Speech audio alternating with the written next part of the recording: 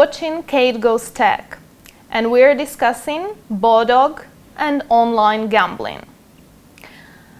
We can read and learn all we want about BODOG Empire and Calvin Ayre on internet, but it would be actually amazing to learn from you, Calvin. How did the idea come into your mind, and how did it develop with time? I was into the internet quite early on. I was fascinated with the ability to communicate so seamlessly between computers all over the world. And at the time I had a company in Vancouver called HQ Vancouver, which was a packaged office business. And in the basement of the Harbour Centre Tower, where I had the business, which was on the 7th floor, was the downtown campus for SFU University, Simon Fraser University. And in the basement was a router that was connected to the university backbone, which was the predecessor for the internet in Canada. And I strung my own fiber, got permission from the building, and strung my own fiber down and connected to it. And then my packaged office business now had the first high-speed internet to the desktop in the entire city of Vancouver. So I attracted all the internet startups, and I filled the business full of all these internet startups, and that's how I got sort of involved in the internet startup scene early on in Vancouver. And one of the companies that came into the and took space off me was Cisco Systems. So they ran their entire Western Canada office for a number of years out of my business there. Cisco was in your business They center. launched in Western Canada out of my office to use my my internet connectivity. And so I was looking for to create my own startup, and then I was reading an article about sports betting being done over the telephone in the Dominican Republic.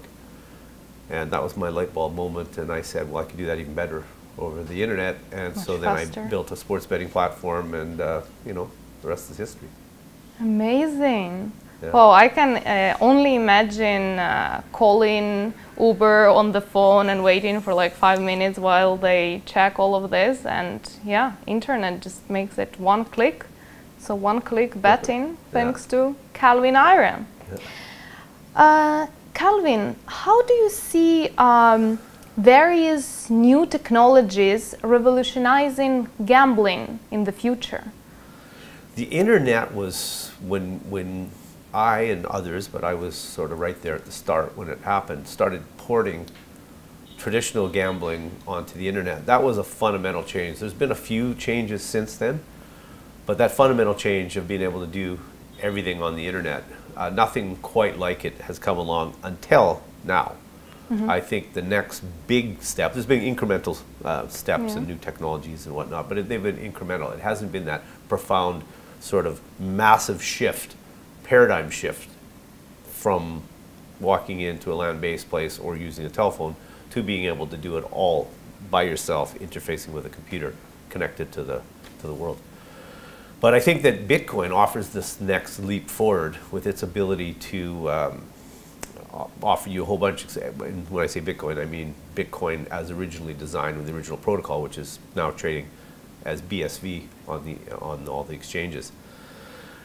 This technology allows you to have an immutable storage of data. It allows you to value data itself and do microtransactions. It'll allow different ways to do gaming. And I think once the gaming industry analyzes what all the opportunities are, I think we'll see that it's going to be, that people will look back on what's happening right now, and it'll be a paradigm shift equally as big as the internet for gaming and for all industries. Thank you, Calvin. So, from my understanding, internet really facilitated the access to gambling and actually being able to put the bets, but blockchain and Bitcoin SV will make it much easier to do the transactions, actually, financially. Well, that's a new part. Yeah, but I think you can actually manage your entire business on the blockchain right now. And I think you're going to see that this technology will allow cost savings, increases in trust, and the ability to actually put value to data, actually value data itself. So the internet sort of like allows you to distribute data but there was no mechanism for valuing. And Craig, who invented Bitcoin, says it best when he says that all data wants to be valued. Well, data is a new king, so we can forget the oil, and data is the new cash. Yeah. So talking about gambling, as they say, the casino never loses in the end. But which it shouldn't. It should, sometimes people mismanage them, but yeah, it shouldn't. Ideally, if it's a business, they want to stay profitable. But maybe, can you imagine of some technologies that can rig the game in favor of either gamblers or the casino? Something that will change the current distribution of powers. Yeah, well, I think that's actually pretty easy to do. I mean, the house can always be rigged. That's pretty easy. You don't need any new technology to do that.